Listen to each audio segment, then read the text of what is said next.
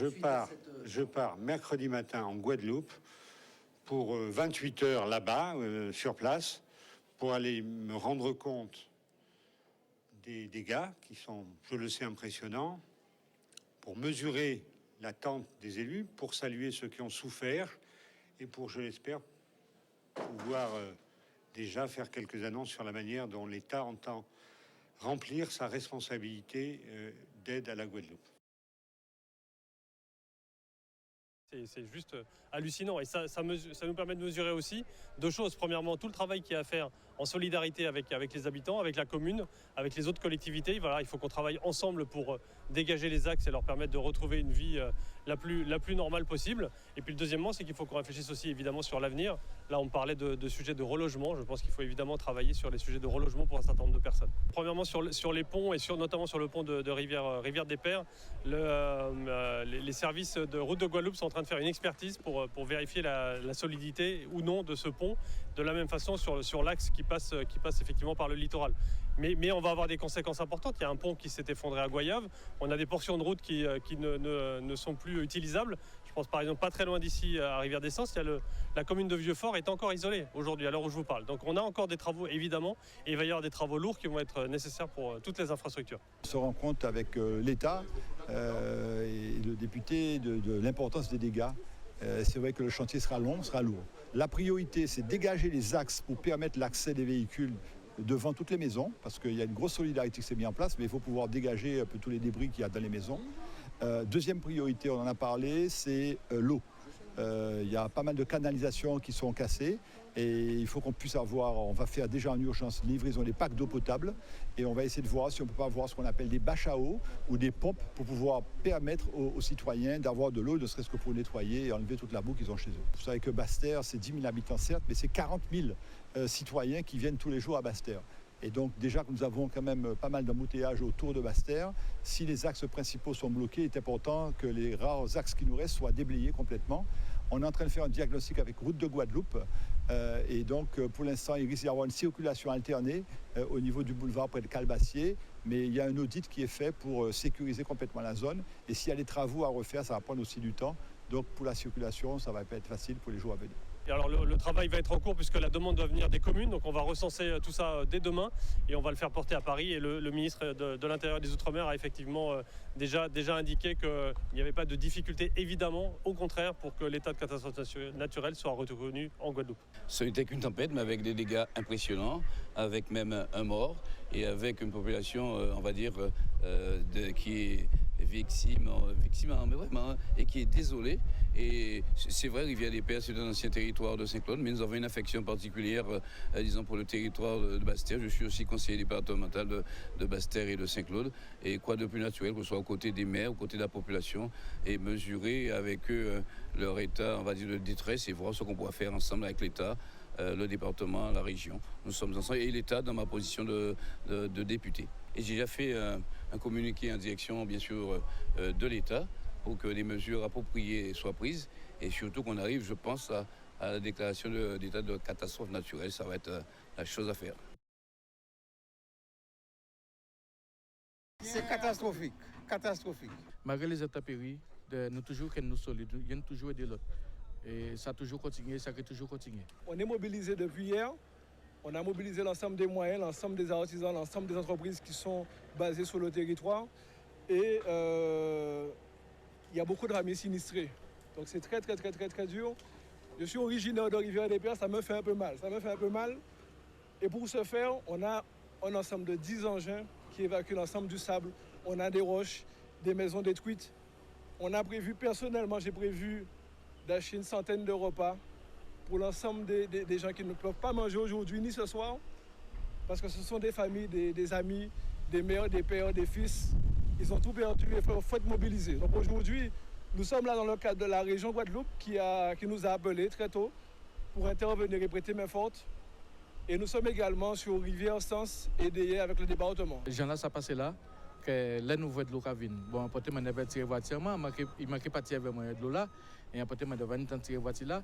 Mais tant moins viré, moi entré en dedans là, pas ni moyen passer, de l'eau là, j'ai bouché tout le chemin là. Et vers pression qui descend, on ne peut pas passer de l'eau là ça. Et alors, là, madame, on prend le chemin montant en haut. Et il crie moi, il dit moi, papa, il est en l'air, il est en sécurité. Et donc là, il n'a pas venu parce qu'un peu passé. Il n'a pas venu, ça peut attendre l'aide de la calme, il a venu passer. Et c'est là on voit les temps dans là. Donc, on sait que peut faire, c'est mettre mes têtes et avec jeune madame maman, c'est ça qu'on peut faire. Et attendre les intempéries passer pour nous voir ce qu'on nous faire. Ma grande satisfaction, c'est qu'au bas levé, donc les municipalités réagissent, puisqu'on voit toutes les interventions. Donc nous, j'ai demandé au service technique pour que dès demain, accompagner la ville pour qu'on puisse déblayer enfin, et rendre accessible l'intégralité des routes au niveau donc, du centre-bourg. Nous avons mis effectivement en place un fonds de solidarité, puisqu'il y a certaines personnes qui ont perdu des biens, donc des matelas, des fournitures, des appareils ménagers, donc qui est actif. Demain, il y aura ce numéro vert pour que tout le monde, on a déjà fait circuler un numéro, mais en plus, il y aura une cellule qui sera mise en place. Voilà, je mettrai en place une cellule aussi pour accompagner les villes, pour évaluer le plus rapidement possible les dégâts, le coût des dégâts, et qu'on puisse voir comment reconstruire aussi très rapidement. On a constaté que tout arrivé, un bon gaz tout bonnement. Donc depuis bon matin, effectivement, nous là, nous avons roulé. Donc voici au niveau des commerçants qui là, si nous avons réussi à reprendre l'activité là demain, parce que nous travaillons là, nous avons une activité économique quand même qu'il faut nous préserver. Donc c'est ça nous avons regardé, effectivement, travail là, mais nous avons la solidarité, nous avons nous parler, et c'est ça. Écoutez, mon voyage, je suis entré hier. J'ai fait Goyave, Capesterre, Goubert, Bastère, et aujourd'hui, avec les élus, responsables de M. Bardaï qui est responsable des travaux, nous sommes avec les élus de Bastère, le maire de Baïf, pour voir un peu les dégâts qu'a causé Fiona, et nous sommes vraiment encore étonnés. On se rend compte que c'est encore à côté d'une rivière où un enrochement mérite d'être refait, que les personnes ont le plus souffert, surtout de l'autre côté de la station. Nous avons vu des voitures l'une sur l'autre, c'est inimaginable. Et comme on le disait, comme M. Bardaï le disait, il faut être sur le terrain pour vraiment constater les dégâts. Comme je vous dis, qu'il faut vraiment profiter de cette situation et qu'on nous laisse travailler, parce que moi, j'ai eu des menaces quand j'ai voulu curer la rivière. Vous avez une population, il y a la mise en sécurité. Chaque fois, on vous dit, Madame le maire, la rivière n'est pas nettoyée, vous dites, bon, vous outrepassez, mais on a l'épée de Damoclès sur notre tête. Donc aujourd'hui, je crois la meilleure des choses, c'est de bousculer les procédures et qu'on laisse chacun sur son territoire gérer, bien entendu, avec l'aide des experts, pour qu'on n'ait pas à gérer ce type de situation. C'est vrai, les gens le disent, oui, il n'y a pas à curer, il n'y a pas à nettoyer. Mais il faut savoir qu'on n'a pas le droit de toucher les rivières facilement. On est condamné quand on touche aux rivières, aux ravines. On le sait. On a travaillé sur la GEMAPI, sur le PAPI. Aujourd'hui, ce que je pense, c'est provoquer une CTAP avec les présidents d'agglomération, avec l'État, et discuter de ce problème. Nous sommes prêts, je le dis, nous sommes prêts à entamer des travaux d'enrochement sécurisés, que ce soit à Rivière-des-Pères, que ce soit ici à Baïf et dans d'autres communes qui sont touchées. Mais il ne faudrait pas qu'on soit, il faut le dire dans ces termes, emmerdé par la DIAL. C'est tout. Ici, on se trouve au niveau de Pérou, de la rivière Pérou. On a constaté que la conduite de Capesterre, le FIDER Bellocado, qui nous permet d'alimenter à la fois Capesterre, les Saintes, mais aussi qui va jusqu'en Grande Terre, on a eu vraiment un arrachage de la conduite. Donc là, on n'est plus dans une casse comme on a l'habitude d'avoir. La conduite a été arrachée au niveau de la rivière avec la force des eaux des derniers pluies là. Et actuellement, on se retrouve avec peut-être une trentaine de mètres de conduite manquante. Donc aujourd'hui, on a un petit peu Capesterre qui est scindé en deux parties. Et normalement, ce sont les deux usines qui nous permettent d'alimenter une partie de la Grande Terre. Mais là, aujourd'hui, on a une espèce de scission entre l'usine de Bellocado qui se trouve sur la gauche et l'usine de la digue. Et aujourd'hui, il y a un tronçon, une grande partie de tronçon qui est manquant et qui a été arraché en fait. Pour nous, c'est une première. Depuis, pour les intempéries qu'on a déjà eu, les cyclones et tout ça, c'est la première fois que tout est tout est emporté là sur cette zone-là. Là, il faudra construire un nouvel ouvrage. On n'est plus dans la réparation où on prend quelques tronçons et on répare dans la journée ou dans les 2 jours. Là, ce seront des travaux beaucoup plus importants parce qu'il y a aussi une fragilité de l'ouvrage à prendre en considération. Donc là, on est sur des travaux qui sont beaucoup plus conséquents. Aujourd'hui, les communes ne sont pas forcément coupées puisqu'il y a quand même des gens qui ont de l'eau sur Capesterre. Alors en fait, c'est toute la partie entre Moulin à eau et Changy où les gens ne sont pas du tout alimentés. On a à peu près 4000 abonnés qui n'ont pas d'eau. C'est certains piquages qui ne sont pas alimentés. Mais les autres personnes, par exemple de Bananier, Saint-Sauveur, Haute-Plaine, ont de l'eau puisqu'ils sont alimentés par l'usine de Bel-Ocado. Et l'usine de la Digue alimente l'autre partie des abonnés de Capesterre, de Goyave. Et c'est vrai qu'on avait vu quand même des améliorations, ce qui nous permet aujourd'hui d'avoir encore de l'eau vers les abîmes. Par contre, c'est vrai que tout le monde n'a pas d'eau, puisqu'on a une pression faible qui arrive, puisque au lieu de 2 usines, c'est une seule. Donc on a de la pression, mais la pression est faible. Donc c'est vrai que les points hauts des abîmes, ce n'est pas étonnant qu'il manque d'eau. Il y a des gens qui commencent à avoir de l'eau. Certains réservoirs comme Petit Pérou, les gens d'Anquetil, du Gazon, commencent à avoir de l'eau, mais on n'est pas dans des capacités optimales. Il faut comprendre que là, on est vraiment dans un fonctionnement dégradé. On a quand même perdu une partie de la canalisation, quoi. Sur la Grande Terre, on essaye d'alimenter, on va essayer de voir comment, soit par tour d'eau, ou on va voir comment on peut faire en sorte que les gens aient de l'eau, mais on ne peut pas, on est en fonctionnement dégradé, on ne peut pas assurer 100% de l'alimentation en eau aujourd'hui. Oui, on l'a appelé tempête, bien drôle de mot pour une catastrophe d'une telle ampleur. Je constate que d'ailleurs les prévisions météorologistes, on devrait s'y intéresser de plus près parce que en Corse, ça avait eu un raté. Là encore, il y a une forme de raté, il faut bien le reconnaître. On aurait dû prévenir que ces pluies allaient être aussi intenses. Je constate que nos infrastructures parfois sont très fragiles.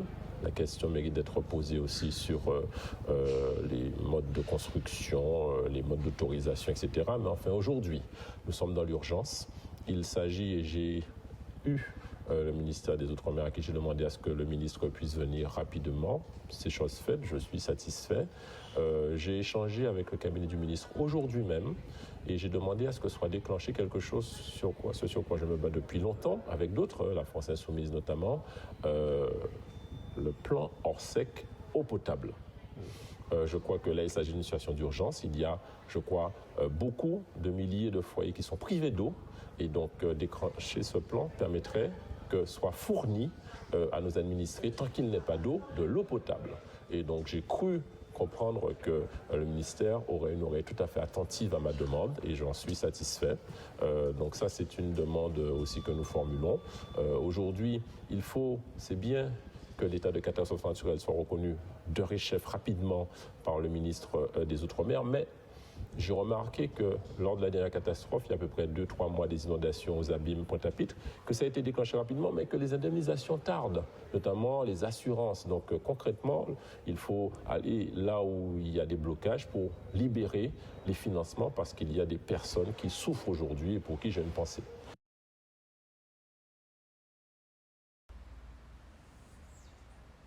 Alors, cette semaine, nous n'allons rien livrer parce qu'il faut faire les constats et regarder.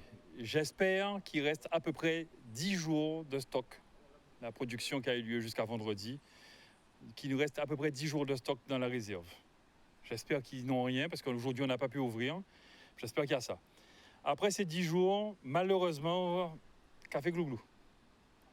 Et je ferai tout pour produire quelque part du café Cholette et les mettre en rayon pour Noël. Je ne pense pas que ce soit possible avant 3 mois. Donc quand vous dites produire du café Cholette, ce serait où? Soit dans la Caraïbe, soit en Guadeloupe, soit en Martinique ou au national. En tout cas, ce ne sera pas sur notre site. Je ne suis pas sûr que mes confrères aient la capacité d'absorber les demandes pour la production de café Cholette dans leur usine. Et après, il y a des contraintes administratives, des contraintes techniques. Il y a beaucoup de choses qui vont entrer en jeu dans la production. Donc, on cherchera la solution la plus rapide. J'ose espérer qu'on pourra remettre quelque chose en état. Mais aujourd'hui, vu l'état de la boue dans les circuits électroniques, surtout des machines, parce que la partie mécanique, tant pis, ça se lave. Il y a de la rouille qui va se créer, tant pis, ça se traite. Mais la partie électronique, ça ne se traitera pas. Remplacer ces machines-là, c'est des délais d'un an à peu près. Et c'est des délais d'un an, donc il faut produire quelque part ailleurs.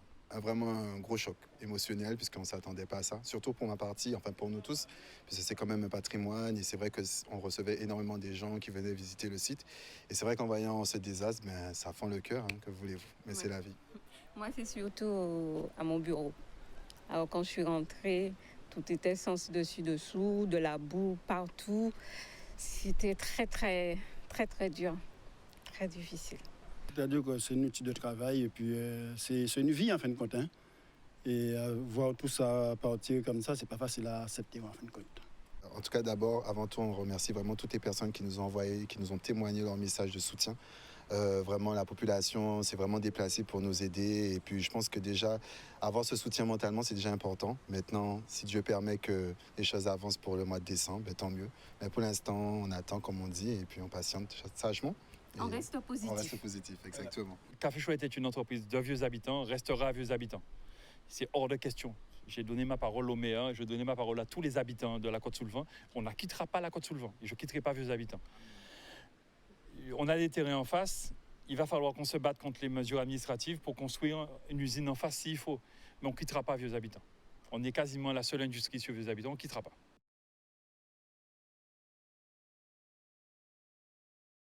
Nous avons eu des premières visites hier dans la suite de la fameuse nuit qui a généré et qui a produit autant d'eau. Aujourd'hui, c'était important pour nous de venir après que nous ayons fait le point pour organiser l'aide d'urgence. Et c'est pour cela que nous soumettons des fiches à remplir pour que nos administrés nous indiquent les besoins les plus urgents. Vous voyez, l'eau est montée au moins à 40 cm dans l'appartement. Et pour cause, parce que là, apparemment, c'est une zone inondable et il n'y a pas de dégagement suffisant. Ce n'est pas la première fois que ça arrive. Bon, regardez l'état des voitures. Si vous pouvez tourner, vous retournez, vous allez voir que... Voilà. Et puis là, eh bien, on a pris le courage de nettoyer la maison. On ne peut faire que ça pour l'instant, en attendant les expertises et tout. Voilà. En allant me coucher le soir, je savais que c'était une tempête, donc je suis restée chez moi. Et puis j'ai attendu les consignes de la préfecture, voilà, comme tout le monde en fait, je pense. Mais je ne m'attendais pas à ça. Même à mon réveil, j'entendais qu'il pleuvait, mais je n'ai réalisé que quand j'ai pu faire un peu de lumière parce qu'il faisait noir. Et c'est à ce moment-là que j'ai pu voir ce qui serait passé réellement chez moi. Oui, monsieur le maire, monsieur Nebor, maire de Petit-Beau, est venu. Il y a monsieur Losbar aussi qui est passé hier. Nous n'étions pas là, malheureusement. Et puis le problème que nous avons actuellement, c'est l'eau. Nous n'avons pas d'eau. Nous avons un petit filet d'eau, on ne peut pas nettoyer. Donc on fait avec les moyens du bord. Ils viennent de passer à l'instant, on a rempli un formulaire et on va voir ce que ça donne. Il nous appartient maintenant de nous organiser pour être plus efficaces là où nous pouvons être plus efficaces, même si beaucoup de travaux ont été réalisés sur le territoire de Petit-Beau qui n'arrêtent pas son développement, mais il est difficile de lutter contre la nature et en tout état de cause, cela nous permet aussi de corriger ce qu'il y a à corriger dans nos organisations. C'est ton véhicule? Ouais. Elle était garée exactement là? Ouais, c'était garé là. Vous Kembe ou bien Kembe pendant la tempête là? Il n'y a pas de vent, nous là. C'est bon. Toute ma là, j'ai été. Ouais, allez. Ouais. Regarde. L'eau l'a bien rentré en casa. Ouais. Regarde les toilettes là, me perdez toutes. Mais, regarde, tu vois ça, le corps. Ouais. Ouais. Faites net. Rien là, pas sauver même. Si vous n'avez pas gagné, ben tout bête à ti mon amant. Chambre vide. Ouais. Tout bête en fait. Télé à frigidaire a tombé dans l'eau à partir avec nous, comme moi chercher bête là. Pas de coup, on pas cadeau aussi si qui est bon, s'il pas bon. Congélateur, salon, on prend tout l'eau, on pas sauver rien, toute matelas, on jette tout bête jeté, d'accord? OK. Ça aussi qui sauver, jeté regarde tout le tout bête. Tout ça on prend, ça on pas bon, non tout mouillé. Laver mais bon on. Ouais, nous avons essayé d'organiser quand nous paye. C'est très compliqué ici, là, parce que comme vous voyez, une rivière là, rivière la machin, ça sont maisons de quartier, donc on sont association Municepe Marie qui là. Donc nous essayons de porter mon avis, nous faisons manger entre nous. Les pouvoirs publics, nous la municipalité, mais là passé, il dit qu'ils prennent le relais pour tout ce qui est repas, jour de la partie de midi. Nous, entre nous, nous faisons petit déjeuner, nous essayons de porter mon avis, c'est très compliqué, mais en même temps, chaque monde a mobilisé à Kazayo. Parce qu'il faut savoir que de l'eau montée pour certaines personnes à 1,50 m, C'est quand même beaucoup. Mon seul souci là, c'est d'être relogé le plus rapidement possible parce que mes enfants sont traumatisés. Ok. Là, c'est sûr. L'évacuation a été compliquée. On n'a même pas pu sortir de la maison. On était obligé d'être debout sous des congélateurs et sur une chaise. Ah non, plus de 2 mètres de hauteur, non. Pendant plusieurs minutes, Ah, des heures, pas des minutes, hein, monsieur. Des heures.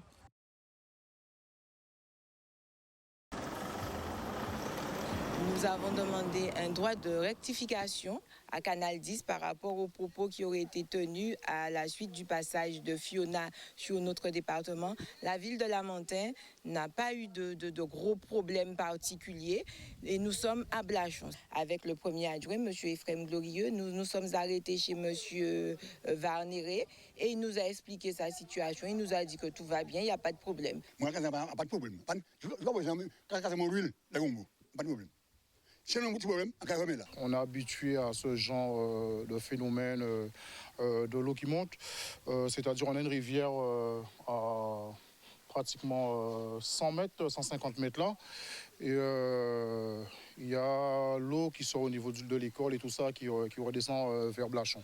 Et il y a un fait, je veux dire un buzz qui a été fait hier au niveau de mon voisin en disant qu'on a été le sauver. Ça, je dément. C'est pas vrai, mon voisin, sa maison a juste pris de l'eau et il est venu chez moi de lui-même. De lui-même, il est venu chez moi. C'est un homme âgé de 80 ans environ. Il est venu chez moi de lui-même et il a passé la nuit chez moi sans problème. Et comme d'habitude, quand il y a de l'eau, il vient chez moi. Alors l'épisode qu'on a été sauver quelqu'un, ça je démentis. Au fait, c'est pas vrai. C'est faux. Alors, on sauve un monde gagné, comment parler? Il va mieux que à des bonnes de l'eau, à parler d'ayé, à des de l'eau. On dit, alors si on va de l'eau, c'est pas de l'eau. J'ai pris contact avec le vice-président du CCAS, Bruno Féliciane, qui a mis en place tout de suite une procédure pour que M. Varnéré soit pris en charge. Et chose qui a été faite, et M. Varnéré est pris en charge, et il n'y a pas de problème. M. Varnéré se porte très bien, il n'y a pas de souci. La problématique du secteur, c'est que nous sommes au niveau de la rivière. Et quand il y a la montée des eaux, quand la marée monte déjà, il y a de l'eau ici. Si effectivement il pleut avant et que la marée elle est haute, et bien systématiquement, vous aurez un écoulement d'eau qui va prendre plus de temps pour pouvoir se faire. Aujourd'hui, je trouve qu'on se plaint un peu beaucoup en Guadeloupe. On se plaint un peu beaucoup et qu'on jette la responsabilité aussi sur tout un chacun. Chacun doit prendre ses responsabilités et voilà, au fait. Je pense qu'on va s'en sortir au mieux comme ça, si chacun prend ses responsabilités et voilà.